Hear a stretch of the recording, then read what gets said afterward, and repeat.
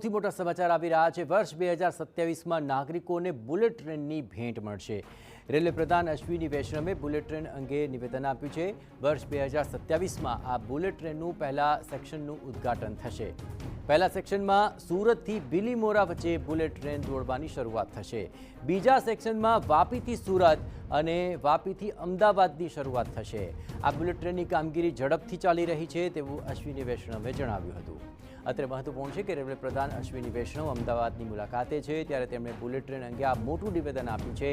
Bullet ટ્રેનની 80% કામગીરી પૂર્ણ થઈ ગઈ હોવાનો તેમણે દાવો કર્યો। અલગ અલગ સેક્શન પ્રમાણે બુલેટ ટ્રેનની સુવિધા લોકો માટે શરૂ કરવામાં આવશે તેવી માહિતી આપી હતી। बुलेट अगले साल आप पहला सेक्शन के लिए आपको मैं निमंत्रण देता हूँ।